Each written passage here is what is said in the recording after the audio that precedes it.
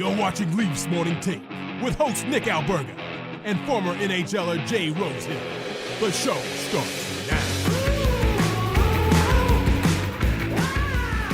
This isn't Vegas, but it's pretty damn close. We're live at the annual Black Hockey Summit, Scotiabank Pond, here in Toronto. Leafs Morning Take on location. Nick Alberga and Anthony Stewart. What's up, buddy? Not too much. I've been busy this week at the Black Hockey Summit. We got over 500 kids this week at camp, and it's great to see some former and current NHLers come out and support the kids. And everything's about the kids these days. And it's been a great week on ice, off ice. We've been doing a lot of activations. The NHL's here, and really grateful for you guys and to support what I'm doing. And many thanks to the podcast and you for supporting what I've been doing. I noticed cameras, not just us. Like, this is Showtime behavior. The NHL studios are here, no? Yeah, they're here too, and we're doing take 2 and 3 takes about going on the ice, off the ice, and smiling in the camera. So it's great that there's a spotlight being shone upon what's going on here in Toronto and trying to raise funds and give kids an opportunity to go to a full week camp, subsidized at 75%. So it's great. I just appreciate all the support. So before we get our first guests on in a couple minutes, we're going to have some folks in the game, of course, pop by as we do the podcast here. I just want to get your behind the scenes, and how the Black Hockey Summit, was put together.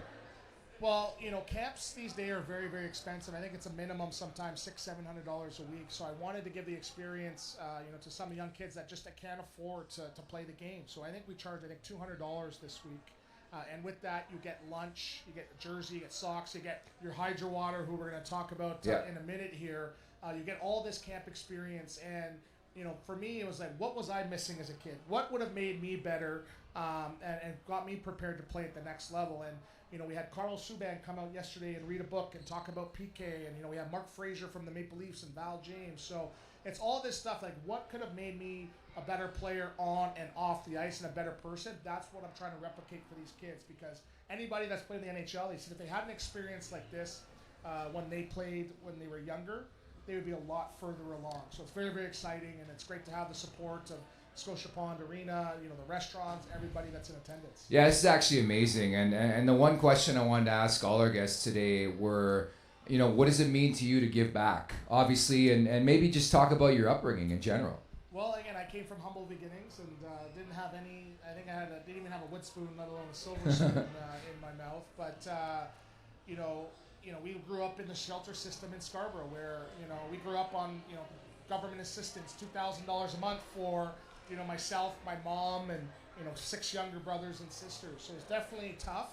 But that upbringing that I had got me a way to appreciate the finer things in life. And I tell everybody, my brother and I made the National Hockey League, obviously because we were great hockey players, but most importantly, we had the support of the community.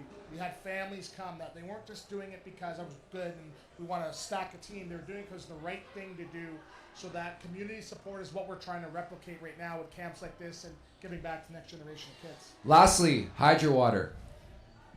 Lifesaver. So, pretty damn good. This is not a paid advertisement. And, it is, though. Shout out to Rory Johnson and his son Owen played for the Erie Otters last year, and they have this amazing product that is a juice concentrate that ideally it's lowering the cost of what some of these hydration drinks are. You say what you want. That's something that can break the bank. If you're buying a $4 whatever product that may be, that's priced at $4 or $5. It's a great product, and they sponsored us this entire whole week. Drinks and water bottles for 500 kids. Amazing. And I think I saw one kid probably fill up about 10 times today already. So, shout out to Hydro Water. That's the least I can do. Support a group and company that's giving back, and definitely they do support. That's great. So thank you for letting me shout them out. Hey, no worries. Hydro Water. They're not out yet, but they're coming. But it's an amazing product to see. I have the sour apple flavor. It's phenomenal, lemon man. lime for me, but they're all great.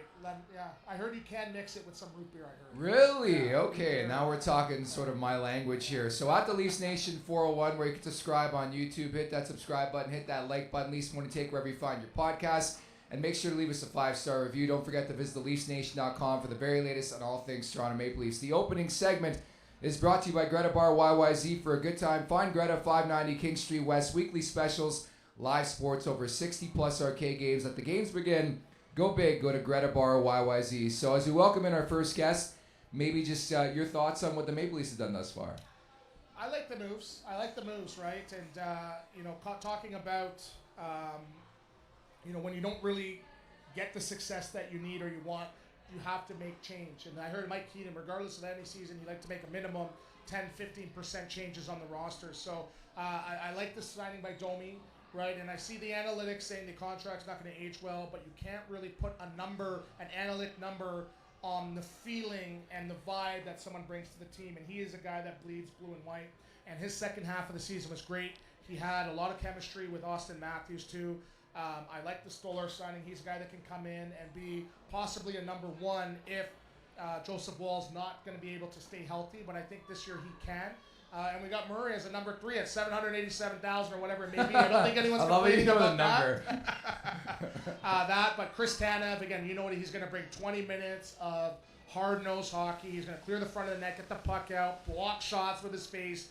So those guys are character guys, and I think that's what was missing a little bit with that roster come playoff time. You need those heavy-set type of guys, and we know what OEL did in rejuvenating his career with the Florida Panthers, so he's going to come in as well. So I like it. I think they got to add a couple more pieces, but it's early on in the summer, and I believe in the Shanna plan, as they would say. Oh, okay. You're the only one on that front. But it is rumor season. I still think technically it is July 4th. Happy Independence Day to our listeners in the States. But there's rumors that the first guest of today's show could be making a comeback and playing for the Maple Leafs next year. 2018 Stanley Cup champion Devante Smith-Pelly live on location. Devo, what's going on, buddy? How are we?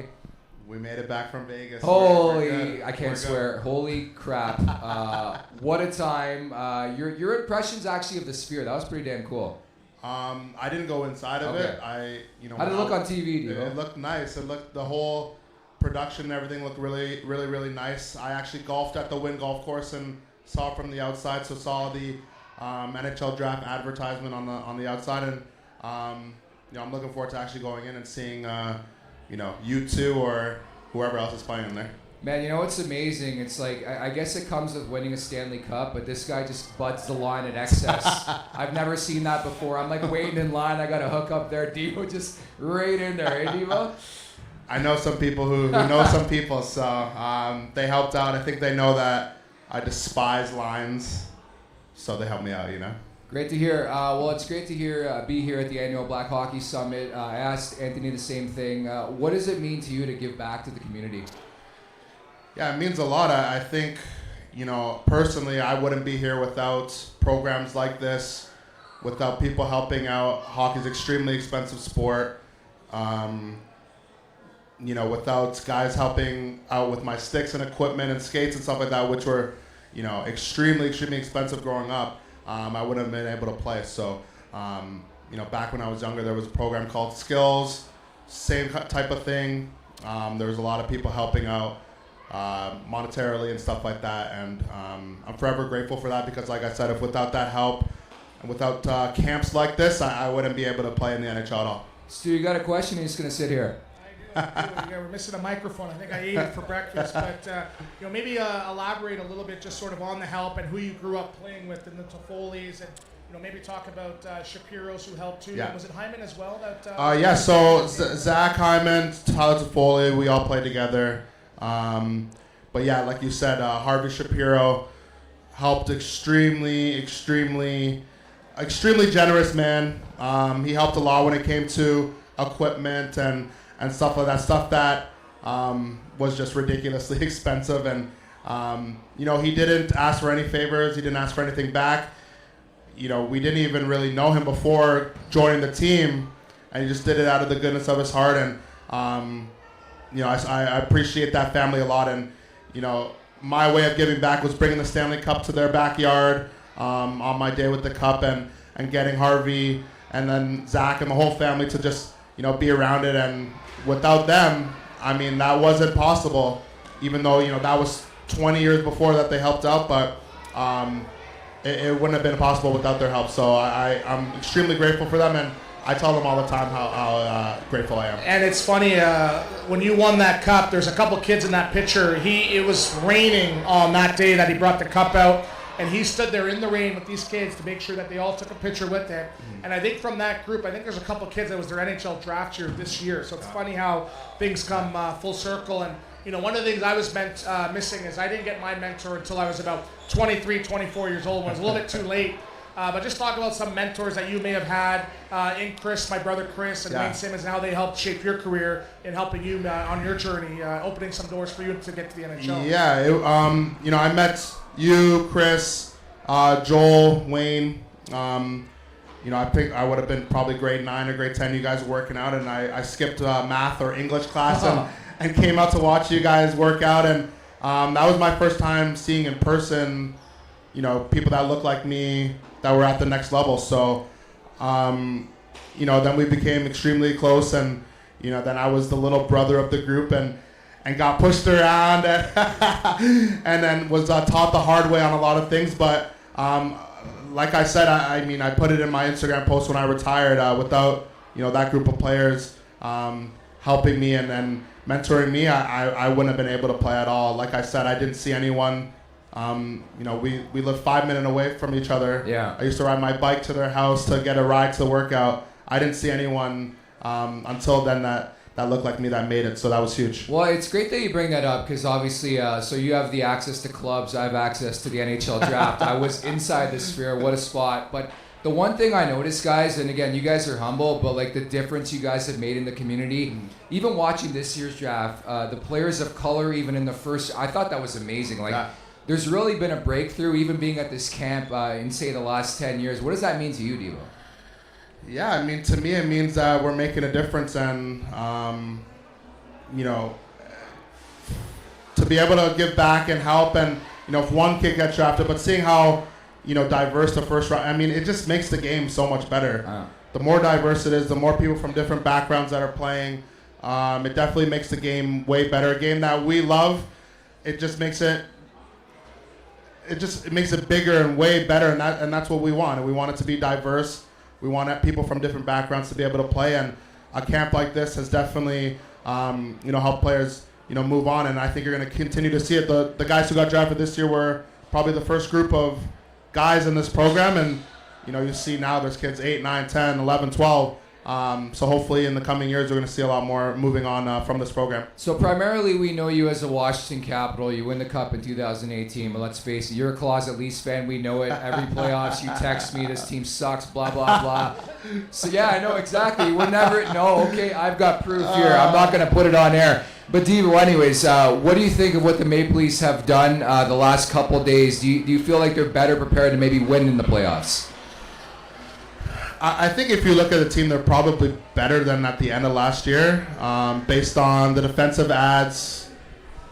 You lose Bertuzzi, but I think based on the defensive ads, the more sureness, I guess, in goal, I think they're a little bit of a better team than last year. Is it a Stanley Cup favorite? Is it a real contender? I don't know about that. I think there's some moves still to be made, but I think if you look at the moves they made defensively, I think technically they're a better team today than they were the last game of the season.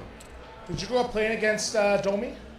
He's a couple years younger than me, so we had skated together growing up, and we played in different summer leagues and stuff like that growing up. So I'm happy for him that he's getting to play for the Leafs, and he loves it and really enjoys it, and I think that's huge on this team, is having a guy like that who extremely intense, and I think it kind of rubs off on guys. Okay, two-part question here.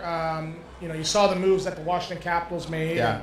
And, I think it's a lot of that's in anticipation of Ovi scoring his breaking Wayne Gretzky's scoring record too. Talk about Ovi and how important that record is to him. That's the first part, and the second part is, do you see Washington having a better season this year than the Toronto Maple Leafs?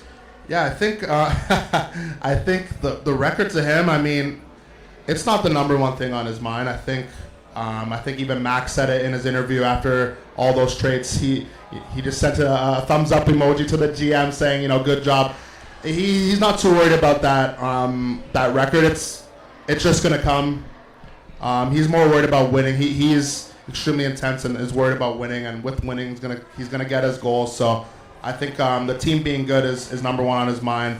Are they going to be better than the Leafs? I don't know, but I think they're better than they were last year, and I think Mac did a great job of retooling on the fly, and I think a lot of teams could learn about the moves that he just made, a team like Pittsburgh, they're kind of in the same situation, aging stars. I think Mac did a great job in kind of showing how to retool on the fly without giving up, a whole lot. Great tie-in to the Maple Leafs, by the way. But I will say Washington has done a way better job than Pittsburgh. I have no clue what the Pittsburgh Penguins are doing.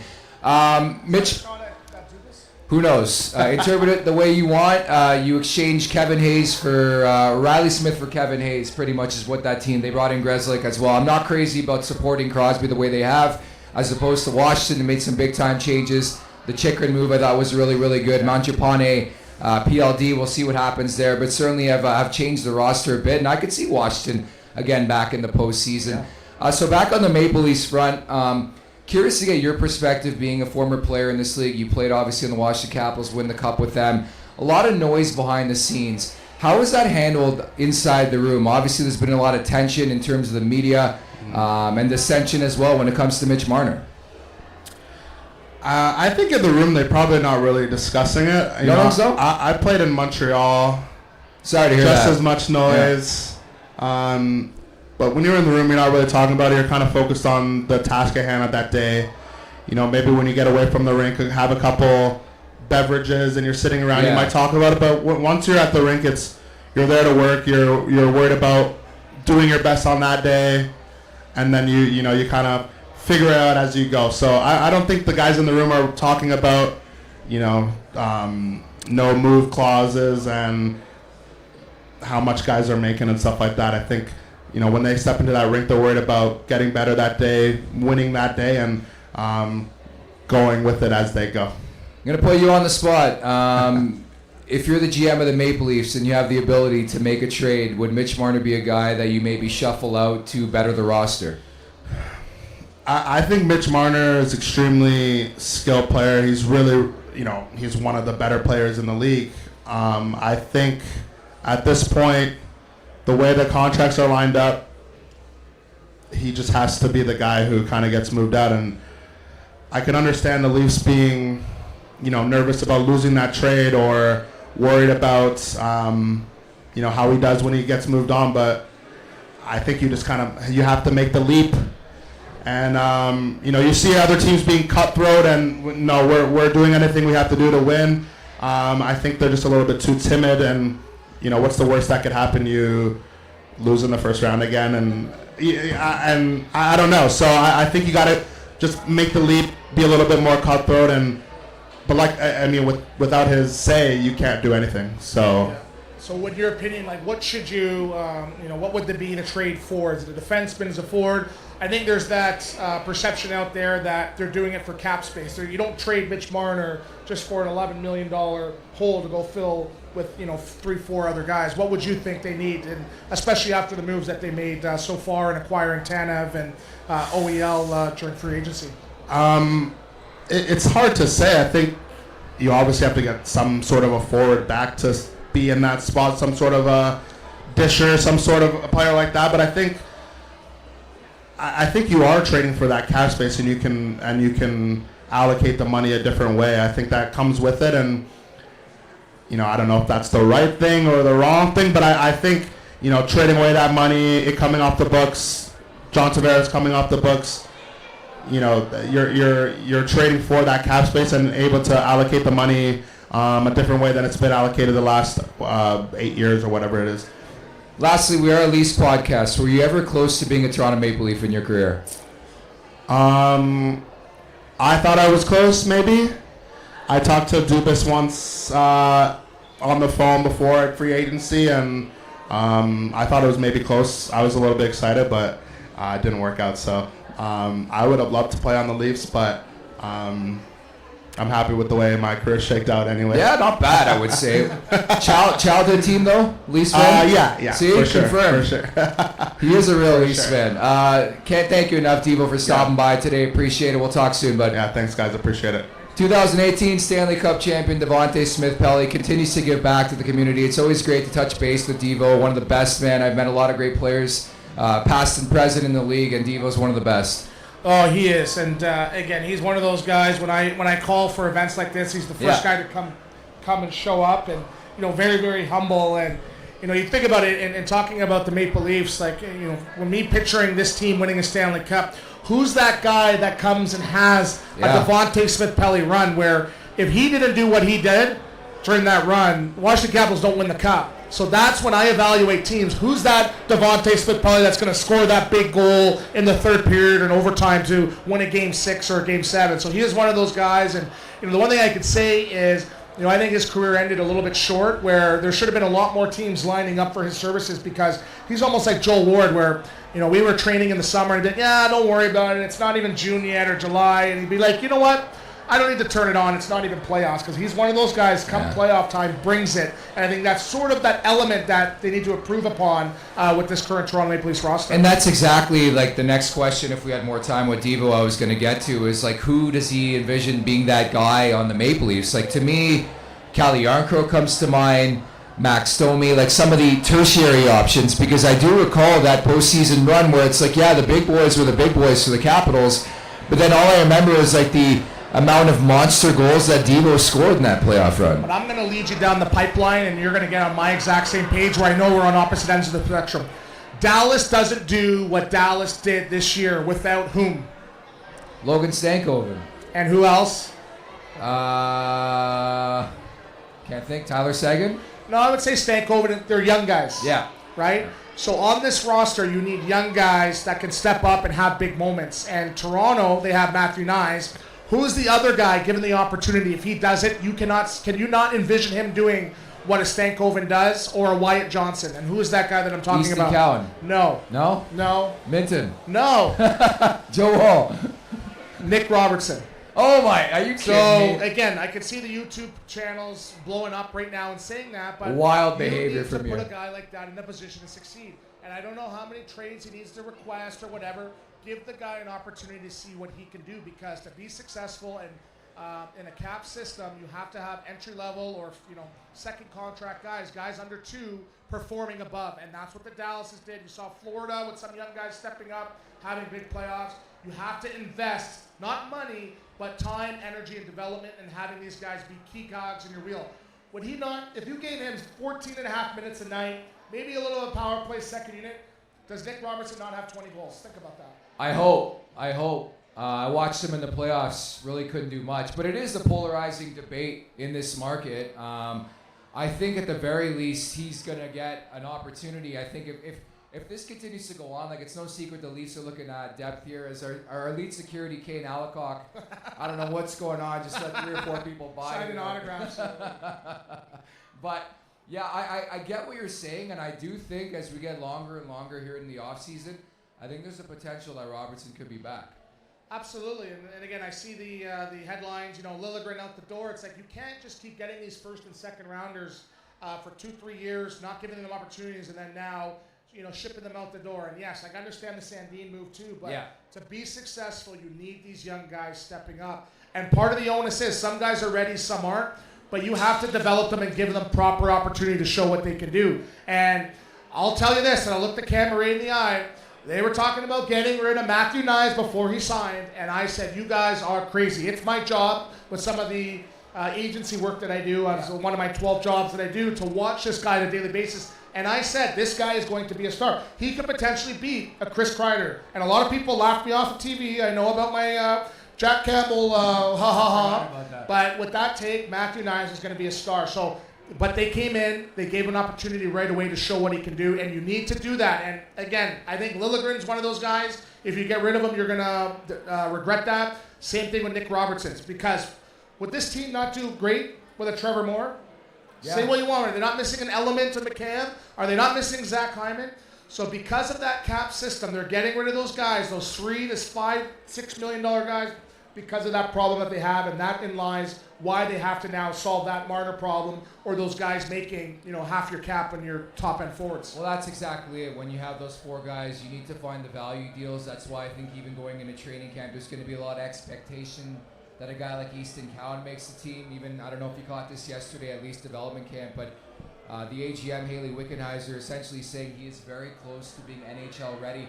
How would you handle Easton Cowan in training camp for the Maple Leafs? Throw him in. Let's go. Let's go. Put him in top 6 minutes. And, you know, In hockey, you have horses and you have mules, right? And you turn your horses into stallions by giving them an opportunity. So he's one of those guys, if you just give him that confidence, give him the ice time, give him the opportunity, I think he can turn into a guy. And I think right now this team is built for what they need to do in the playoffs.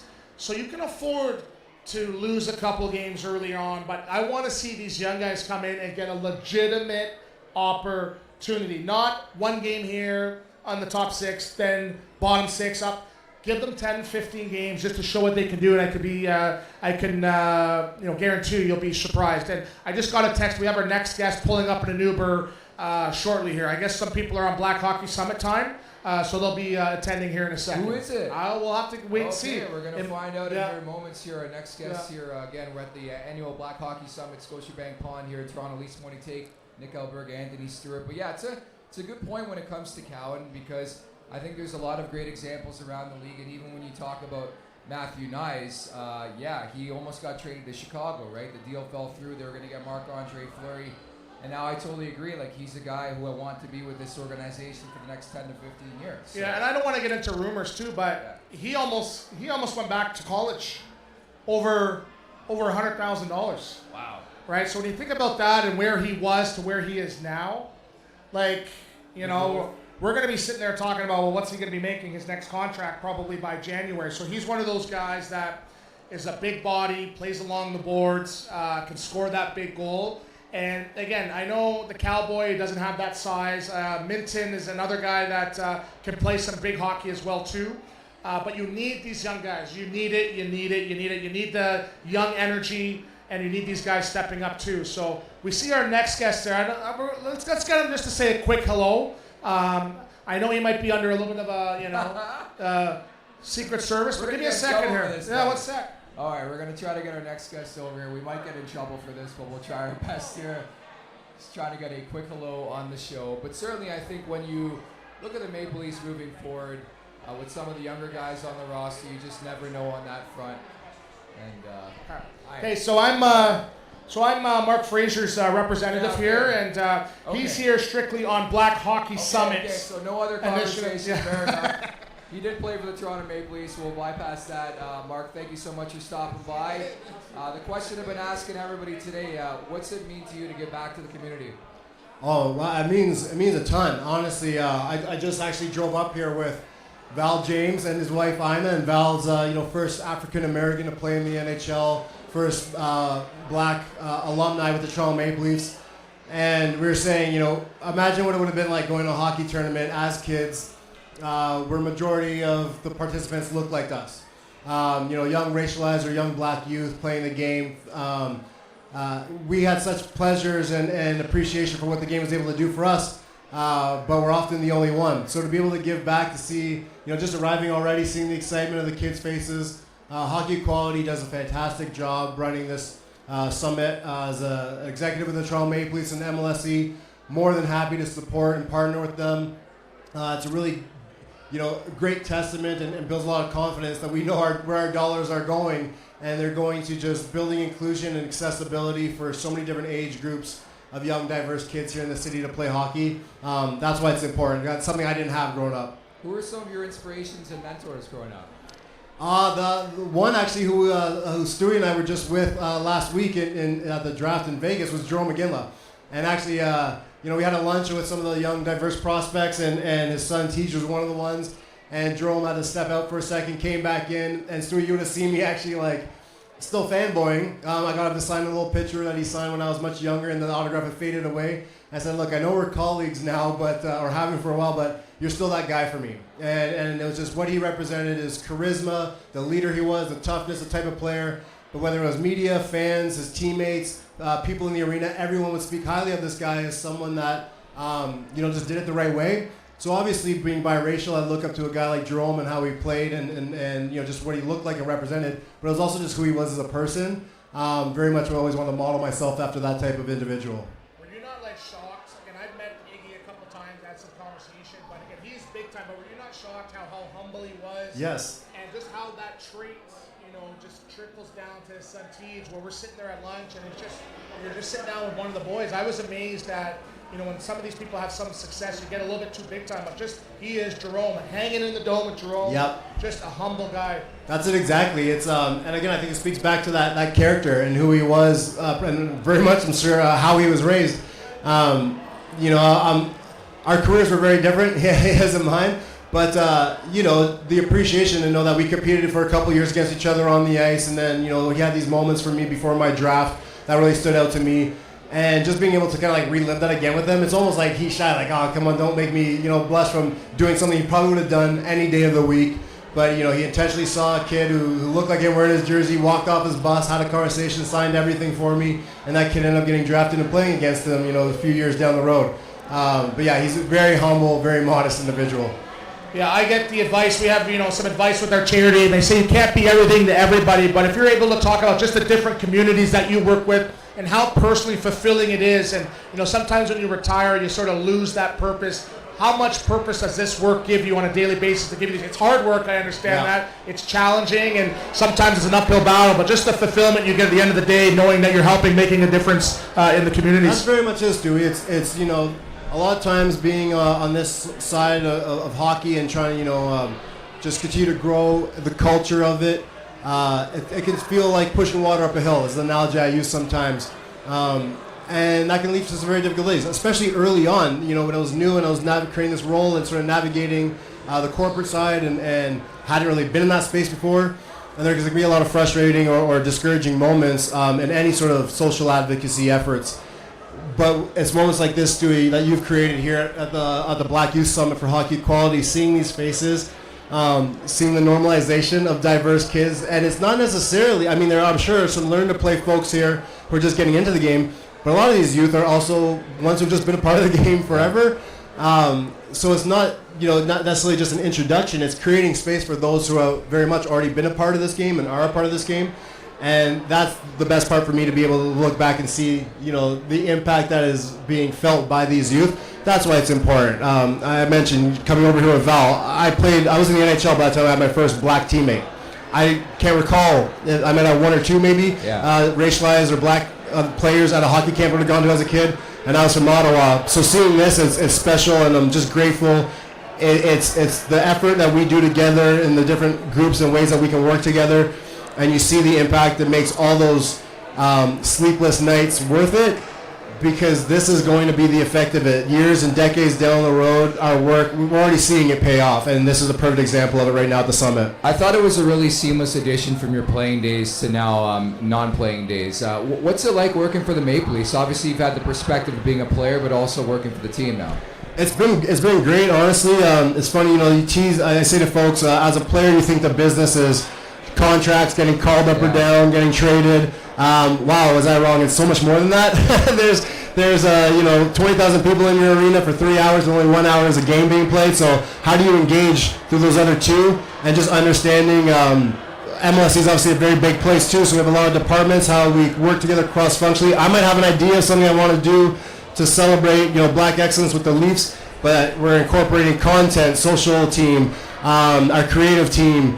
Maybe there's a partnership involved as well. One of our corporate partners and sponsors. There's community and the foundation being worked in. There's so many different touch points. You could do it through food and beverage as well and bring in black food vendors. It's amazing to see how the whole thing comes together. And I have now the opportunity to leverage, the Leafs voice to speak to the very diverse marketplace in Toronto in which we live in, and to just bring that iconic brand of the Leafs into more households, into more communities, and to see how it works, how we all kind of need to work together to do it. I had no idea, really. I didn't even recognize that the office buildings we work out of are connected to the Scotiabank Arena. Like that, I didn't actually realize. I was still riding the elevators with fans, not realizing you can walk right across to the office. I have a badge to scan through. I didn't even realize simplicities like that. So we were so far removed from it, but it's cool to see how the business of the sport works and try to find creative ways to continue to influence it for good. Yeah, final question to me, and it's going to lead into our next guest coming on. And, we're both part of the Players Inclusion Coalition, and part of our task and our job was to go around and do those dressing room talks where, some of it's pretty deep and heavy stuff where you have to relive some of that trauma. But for me personally, it gave me the strength knowing somebody like Val James, and talking about what he had to go through, and compared to that, we had it easy, right? So again, we're not discounting anyone's plight to what they had to go through, but talk about how your experience was talking to these NHL teams, and just the feedback that you got from some of the current players. Some of them are superstars, and talk about Val James a bit as well. Yeah, thanks, Stu. The player educations were good, and you're right. The education of speaking to the all 32 NHL teams, and sharing stories of navigating race and racism throughout our careers and in society, and making it very personal, very player to player perspective. But you have to be vulnerable, and you have to peel some scabs back. And to be honest, you're probably walking out of those rooms. Well, for sure, we're walking out of those rooms with maybe a few more scars. Although the material is great and it's a comfortable place for us to be in a locker room with these guys, it's not always 100% or unanimously received, perhaps, by everyone. Everyone's did a different part of their journey, but that's difficult sometimes for us. It's like you can score 2 goals and have an assist, but you're always thinking about that turnover up the middle that went back for a breakaway. You're not thinking of the positive, you're thinking of the one sort of negative. So balancing that was a different type of fatigue on the mental and emotional side of this work that I wasn't quite used to just yet. But again, very rewarding, because the work that also came out of it, you have players like Jordan Harris, biracial in Montreal Canadiens, or Eric Gabranson, who's a good friend of mine in Columbus Blue Jackets, who's a white player, then say, we want to be a part of this group too.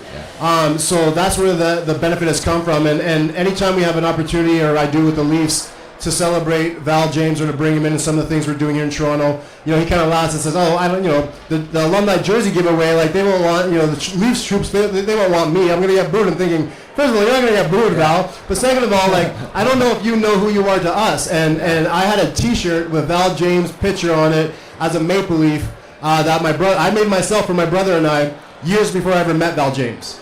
And now I have the chance to meet him and work with him as part of the same alumni group. But that's who he is for us, before he ever knew me, this biracial kid in Ottawa is wearing his picture on his T-shirt. And now I'm just thrilled that I have the opportunity to work with him, and in many ways, some of these alumni from the earlier generations, the black alumni, in a lot of ways have been forgotten about, but they've served an amazing part of our game's history. So it's a pleasure anytime I have a chance to bring him around. And again, thank you for you hosting the Black Youth Summit today, so that I have an opportunity to bring Val out to something like this. My lasting memory of your career, you're a fucking warrior, man. I'm sorry to say it, dude. How many times have you been asked about the X-ray, man? Yeah. Like, I love the fact, again, you're not going to comment on this, but I love the black and blue Maple Leafs coming back. Right. What do you remember about that play? What do you remember about playing for the Maple Leafs?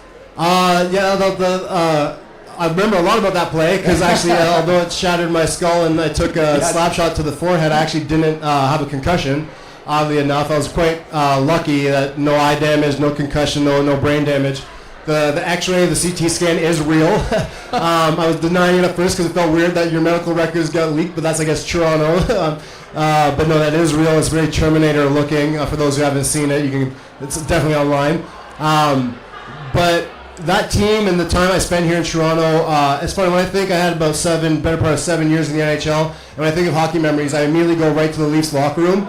It was the best hockey I was playing. It was amazing to be a part of an organization for the first time in almost around a decade that had made playoffs. So you're part of that success, albeit that we didn't finish the job that we wanted to.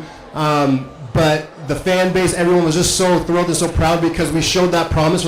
We gave them life, something like real to cheer for the first time in a while. And people will still roll up to me and say, had you not been hurt, we would have won that series. And that was just a pleasure and a thrill for me that, again, as an Ontario boy, I got to play some of the best hockey in my career, my life, in this city, in this organization, for these fans, and be a part of real, memorable success that we had in that lockout season. Our team was tough as nails. I think of the Cold Norris and the Fraser McLarens. We had Mike Brown before he traded. Like, we had every weight class, and we'd say that to guys on the other ice. Pick your weight class, because we got it covered. We're ready to go. But that style allowed, Nazem Kadri to play like he was 6'3", and allowed, Matt Friend and Clark MacArthur and Grabowski and some of these guys to play bigger than they needed to be. It was a great team, and I wish we could have run it back. But memories for life and some friendships for life. Did you play with Jay Roselle? I did the year prior with the Barleys when I got traded to Toronto. So he's the host of this show. Right. No, I know. Yeah, I played with Rosie, and I fought Rosie a couple times as well. The first time I won, And he told me many years later when we were playing together, he's like, I think I hit him in the tooth. He goes, that was one of the hardest shots I took. Like, I thought my tooth was coming out for sure. The second time, I don't know, folks can check it out. It was I was with, I think, Albany, and he was whatever the Phantoms team was. I can't remember which city they were in at the time because they bounced around Adirondack maybe. But we played in Atlantic City. So I was out quite late the night before playing some craps. with Rosie? No, not with him. I was with Scott Clemens and a couple of my own guys. But we had a nice tilt the next game, the next day, and people coming up to me is like, did you guys know each other? Because that was like wild. It was pretty even, but it was just we went at it. And to be honest, years prior he had hit me when he was in Philly and I was still with the Leafs, and he tore my MCL. So part of me was probably like, all right, asshole, I'm getting you back for that. He might not have known I was holding that grudge, but that was a little bit added incentive for me in that fight. But I've had a couple good ones with him. Well, man, loved you as a Maple Leaf. Thank you for everything you do behind the scenes now with the league and obviously with Stewie here. And shout out to my boy V, who you know from Ottawa. Your days in Ottawa. No kidding, your boy's a V? He's my boy, yeah. Nice. So appreciate your time. Thank you so much for making time today. Absolutely, thank you. Thanks, Mark. Thanks, Mark. That's awesome, man. I've been wanting to get Mark on for I'm telling you, years. it's, when you talk about the work in this space, and it is, like he's mentioned, pushing water up a hill.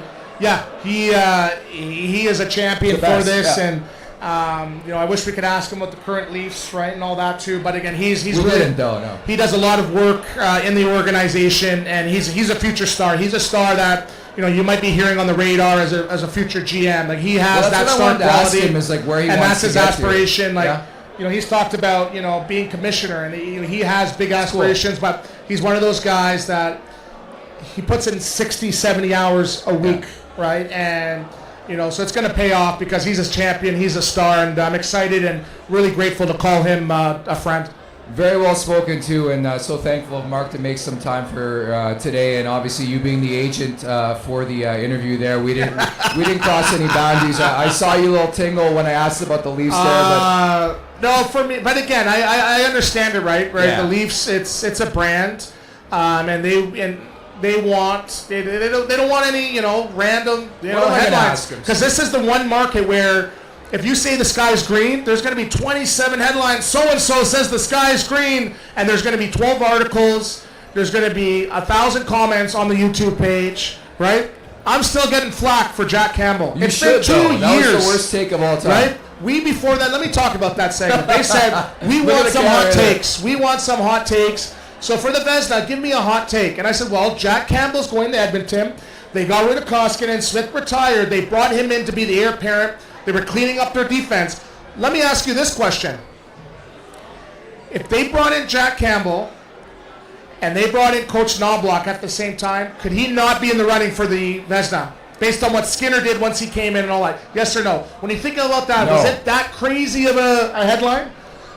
No, I actually, when you said it, I'm like, this is not far-fetched. Yeah. Because I saw the guy in Toronto, but I also know the guy in between the years, man. That's all I wondered. But anytime he's in the headlines, it's Stewie. I'm glad he's off TV. Hey, it's funny you brought that up. Did you catch yesterday's show by chance? Did you see who I had on yesterday? No, I saw some of the headlines. Our old pal Brian Berkey about Nylander, about Willie. And we blew you can't trade Willie. What were the comments saying on that? So we blew up the internet. Berkey came on yesterday. Always does good for the program. But he pretty much, I asked him about Marner, and he said, no, Marner's the guy I would keep, but I would trade Willie Nylander, and essentially blew up the internet yesterday. And, Berkey's been a big executive, right? And he's taught me a lot in media. He's taught me a lot in business, too. And, again, that's his honest belief. He doesn't care about the hot takes. He says exactly what's on his mind when it comes to his mind. And I can understand that, but I think going back to last year, before you re-signed him, I can understand making that move then. But now, what you need to understand is the perception. You come in, I commit to you for 8 years, and then you trade me a year later. What does that do now for the young guys that come in that star up saying, hey, you know what, I'm going to come in, and what if I do sign, you're going to trade me? What does that mean? You're getting rid of me? So I just send that just sends a bad precedent and a bad narrative in the market, which is already, kind of crazy in not doing that. So I understand what Berkey's saying, but really, it's a little too late to go down that way.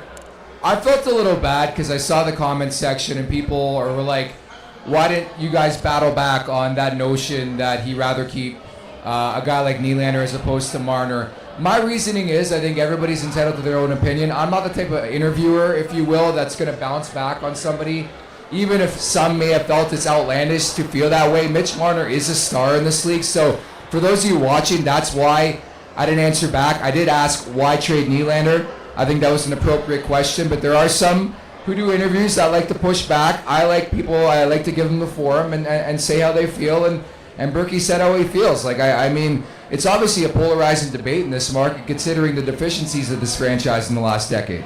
It is, and I don't think he did it for clicks, as we almost had that was like my daughter's teammate, actually. You almost do a flying there 100-yard sprint in a 50-yard gym, but it's more timing more so than anything.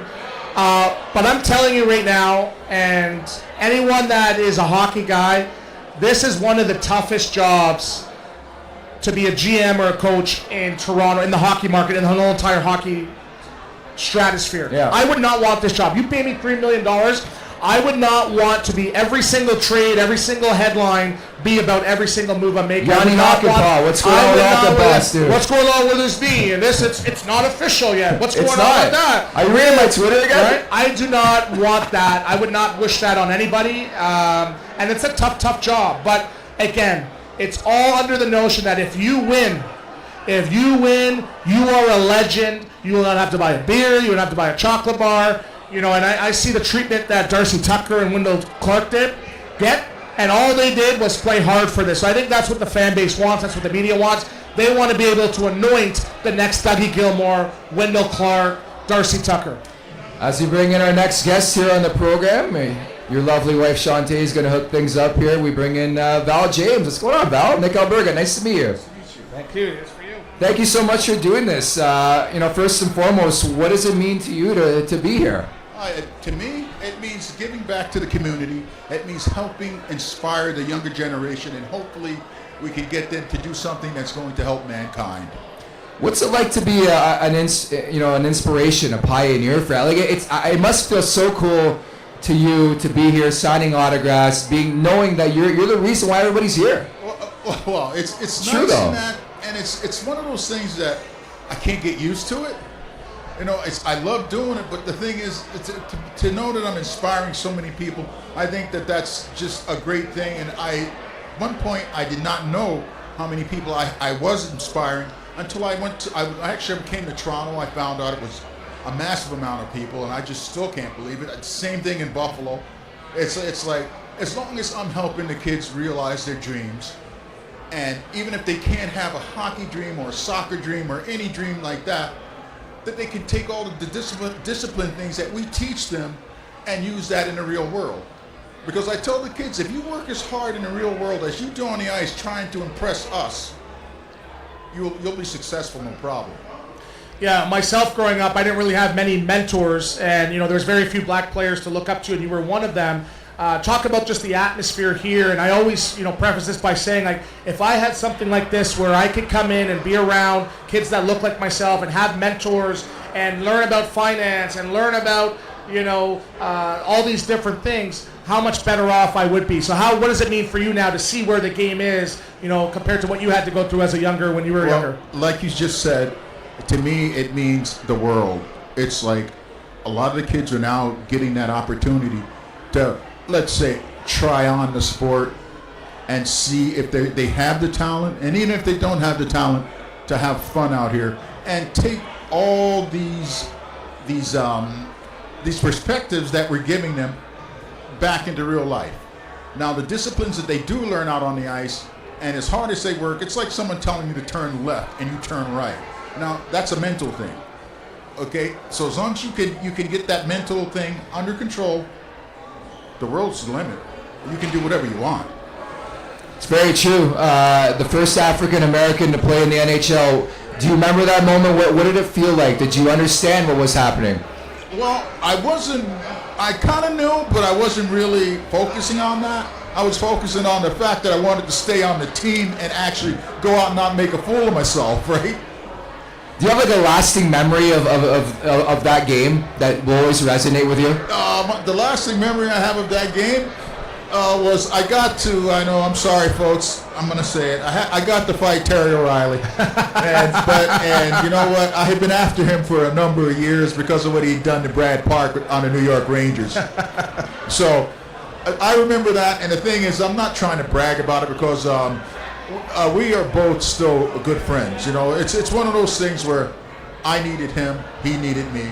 You know, and it was the way hockey was being played back then. You know, tough guys had to look after each other and stand up for each other and know that when you come out on the ice and look at each other and go, well, what period are we going to do this? Well, you know, this way you keep your job, I keep my job, and the fans are happy, the coaches are happy. You know, it's one of those things that it's a big conglomerate of things. I've seen your interview where they asked, you're talking about, if you're not sure if you were going to make it to the National Hockey League. And just talk about the battles that you had to fight on and off the ice. And did you really have that doubt? And what was the turning point and said, you know what, I actually can do this because I'm good enough to play and tough enough to play as well? Well, I had a lot of battles. Like the thing was, I didn't have to worry too much about my teammates. There were a couple along the way, but they kind of just fall away to the side. And if they really got to be too much, well, they got handled. We'll put it like that. Yeah. On the ice, I had a lot of guys, my first time through the league, obviously, they had a few things they wanted to say to me that weren't very nice. And I had to rectify that situation by breaking a couple of jaws, okay? As much as we hate violence, sometimes it works, okay? Yeah. And that was one of the times, but I'm not by any means condoning violence, okay? That's something that you should never have to go to. It was the 70s, right? And right. The 80s, right? Unless you're trying to defend your life or defend a friend's life or just stick up for your friends. And that's the only time violence is something that can be accepted. Other than that, no good. Yeah, one of the big trailblazers in this movement right now is Mark Fraser. So just talk about him and talk about the Two Black Guys movement that you guys have been doing and how important he's been in letting everybody know to pay homage to trailblazers like yourself. How big has Mark Fraser been in bringing you back with the Toronto Maple Leafs? Well, I have to say Mark has been huge. Okay, bringing me back and giving me an opportunity to actually voice what I went through and making me feel like a person again because, once you get out of the game and you're kind of sitting around, self-doubt does start to creep in. Okay, so you gotta keep yourself motivated. And coming here doing these things for the kids and for the communities, hopefully it will help to bring the communities together. And that's my goal, and to make sure that these kids that we're working with will see the value of what we're doing from them. They may not see it today, they may not see it next year, but in 5-6 years they'll remember being here and remember some of the things that we've said to them and go out and execute. And that's another word that we use with them, execute. Execution, execute. If you can execute on the ice, you can execute in real life. That's what it comes down to. I love that, and obviously you've paved the way for many to come and in the future as well. And this is Leafs Morning Take. We cover the Maple Leafs here on this show. One that comes to mind, Ryan Reeves. I love Revo. We had Revo on the show a couple weeks ago. You think he's the #1 king of the league right now? Well, he's got a good shot at it if he keeps doing what he's doing. Not bad, right? Yeah. Well, not bad. It comes down to training hard, staying aware, and making sure that you know what the opposition's doing. Yeah. And how often you watch hockey? Are you a big Leafs fan, or? Well, I watch hockey. I'd have to say I'm kind of a fan. I wouldn't say I'm diehard or anything like that, but I'm a fan. How close do you think they are? How close? Let me see. How much time you got? I think you made your debut in the NHL when they last won. Yeah. Well, not dating you there, but it's shit. Oh, thanks, really. It's a long-ass time, though, right? It's a long-ass time. Yeah. Well, from what I've noticed over the last couple of years, and down in the Leafs organization, don't take this to heart, please. Normally, when you have a team this good that performs this well during the season, why isn't it that you can carry it into the playoffs? One reason. With 25, 30 games left in the year, this is when you start teaching, defending a lead, and none of those stupid drop passes or the passes that, Amen. The Hail Mary pass you're going across the center with 10 people in between you and the other guy you're trying to get to. These are the things that beat them in the playoffs. Okay? And I saw a few goals scored on drop passes or passes that you shouldn't have even tried to make because it didn't have a prayer of getting through. And if you're standing on this side of the ice, it doesn't matter whether you're in a power play or not. If you're trying to throw it 30 feet across the ice to somebody on the side for a one-timer, it's not going to get there. Yeah. Okay. Simplify the game, right, is the best way I would describe it too. Because you look at who wins in the playoffs. It's simplicity, right? You have to simplify the game in order to win. It's like checkers, check, score, and how basic can it be? Okay, you don't need the dipsy doodle or anything like that. Not everyone's a Connor McDavid. Not everyone's a Draisaitl. Okay, not everyone's a Marner. Yeah. None of these guys got this by accident. They're just very talented players. Okay, so when you have a team that have all of this talent, well, now you got to put it to good use. You got to play the odds. Okay, and the odds are if it's not 80%, you don't do it. And it's plain and simple. And we hope Craig Booby, a new head coach, can bring that to this Maple Leafs roster. I know Craig. Yeah, I played against him. What do you think of that hiring? I think that's very extreme. You ever fight him? Oh yeah. What was that like? I got lucky and won it. I won it on a decision. Okay, but trust me, he hits very hard, and he's a no nonsense guy. Okay, so hopefully the guys will respond and be ready for this. Because I'm sure that he's not going to be as tough on them as people were on us when we were playing, but he's still going to be tough. Okay, and there's not going to be any of this. Sure, you're going to have your favorites, but don't worry, they're going to be catching some too. Okay? Crack the whip. That's right, whip. you have to. Last one for me. What did it mean to you? What was it like to wear the blue and white for the Maple Leafs? Oh, it was incredible. Yeah. It's like me growing up. And I don't know if everyone knows this. I'm originally from Long Island, New York, born in Florida. Okay, so when I was in New York, the big thing was the New York Rangers. And where did they play? The Mecca of the States, Madison Square Gardens. So to play in Maple Leaf Gardens with the Toronto Maple Leafs was just as big, if not bigger. Okay, and the thing is that I really enjoyed it. My time here was wonderful. Even though it was short, it was still nice. Yeah. And I'm so thankful that a lot of the fans remember who I am. Yeah, well, I'm definitely excited that you came and spent some time with us here today. And, thanks for coming to the Black Hockey Summit. And if it wasn't for the sacrifice and courage that you did many, many years ago, there would be no Black Hockey Summit. So I'm happy that you're getting your flowers, and anything that we can do to help, please do not hesitate to reach out. I'm just excited and happy to call you an ally and a friend. So thank you very much for joining us. We're always friends. You know that, Andrew. And the thing is, I just want to thank you for having me down here and giving me the opportunity to maybe help set some of the kids on the road that they want to be on. Yes, perfect. Thank you, Val. Okay, thank you. Thank you. Thank you so much. Perfect. Fantastic. We're still on air, but yeah, you got a presentation in there too. Eh? We're putting you to work today. Thanks, Val. Thanks, guys. Thank you. So there's Val James. He's a legend, and he deserves his flowers and some. And you ask a lot of those old school guys, and they remember him because he was tough as nails. And shout out to Mike Stothers, who's going through some stuff right now too. And they had some legendary fights where they're fighting. They fought 10 times in one season. Can you imagine fighting one guy 10 That's times? Wild. Yeah, they're going to kill each other, be friends by the end of it, right? But that just shows, he earned his way to the NHL, and he had to go through some tough stuff. If you look up, the broadcast that they did on him when he was in South Carolina, people were bringing watermelons to the rink. Could you imagine you're trying to play the game that you love, and people are talking about, hey, what we think he's going to like? I cry every time I see it, but what it does, it gives me inspiration to say, well, you know what? So what, my coach might not like me or I'm getting treated. It wasn't anything close to what Val James had to go through. So, again, for him, it's an inspiration to me, but all these young kids, Devante Smith-Pelly, Mark Fraser, where, that could be one of the biggest what-ifs.